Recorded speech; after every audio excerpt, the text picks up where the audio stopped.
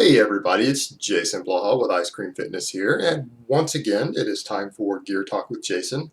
Today I'm going to talk to you guys about boldenone undecyclinate or Equipoise. But hold on, let me give you guys a bicep shot first.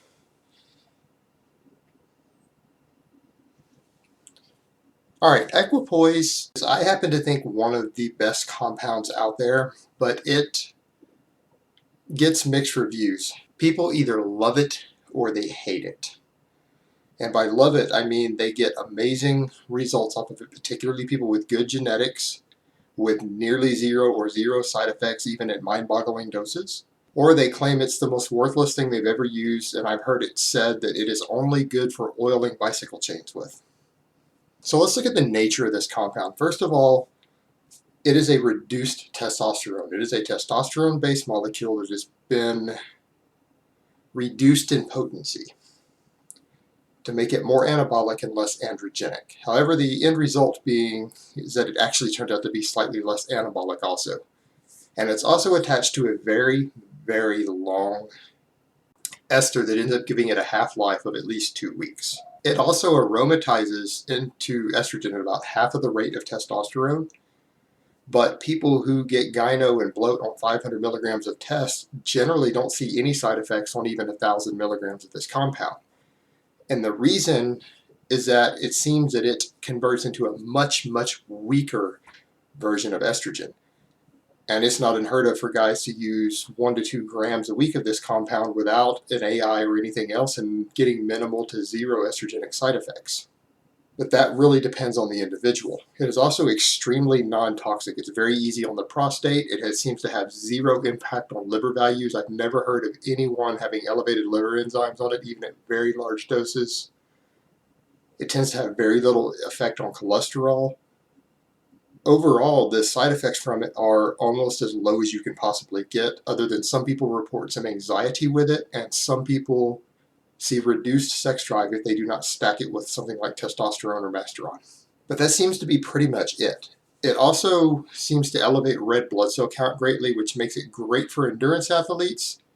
And before they learned how to test for it, it was an absolute favorite for track and field guys, but it can show up in your bloodstream or urine 5 or 6 months after you come off of it, making it not very ideal for these type of athletes. But it does seem to massively improve training stamina and endurance, and particularly vascularity. The thing that you have to watch for there, though, is that if you're going to be on it for long periods of time, you're going to need to get your hematocrit levels checked or at least donate blood regularly, because your red blood cell count can go a little too high on it. Now, the reason I think a lot of people really hate the compound is because they don't know how to use it correctly.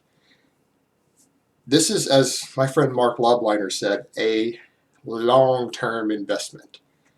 A lot of people want these 6, 8, and 10-week cycles, and unfortunately, even at 2 grams a week, it is just not possible to see dramatic gains on this compound. It takes anywhere from 15 to 20 weeks in a cycle of this to really get the most out of it, and because it's very weak, you need a lot of it. Whereas, and I'll tell a lot of guys they can make great gains on 300 milligrams of testosterone. This one, I tell people 800 to 1,000 milligrams is really what you need to be shooting for to even start with, particularly if running it as a standalone. Now, I think it is useful for both a standalone and stacking, and because it is so mild, it tends to stack really well with low doses of other compounds that you may not like the side effects from, whether it's testosterone, trenbolone, things like that. And it's also a favorite among older guys who are on HRT who like to blast and cruise and spend half their year on stuff stacked with their TRT, and then the other half of the year just cruising on their TRT. It tends to work very well for them, particularly because it's so mild on things like the prostate. Also, it was really popular in the 90s once it came out that this was Lee Haney's compound of choice. Some people who knew him and trained with him and knew him closely had said at one point that he was using around 1 gram of it every week for about half of the year while he was the reigning Mr. Olympia, and he really seemed to like it. So that vastly improved the popularity of it once this came out.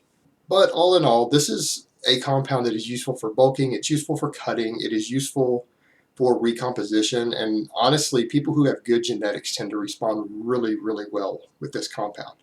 It's not going to put huge amounts of mass on you. It is very, very slow, but everything it puts on is quality, And if it is run long enough and run correctly, it will still put substantial amounts of mass on. It just takes it a very, very long time for it to happen. And so therefore it is oftentimes a choice for people who want to claim natural while using hefty amounts of gear half of the year, because the results from it are so slow and it just recompositions you and puts on nice hard vascular muscle, but it's so slow that no one ever sees you blow up when you use it. So therefore you're less likely to be accused of using. So a lot of guys who are natural really, really like this compound accordingly. Alright guys, so that's my take on Equipoise. I hope it has been informative, and I will talk to you next time.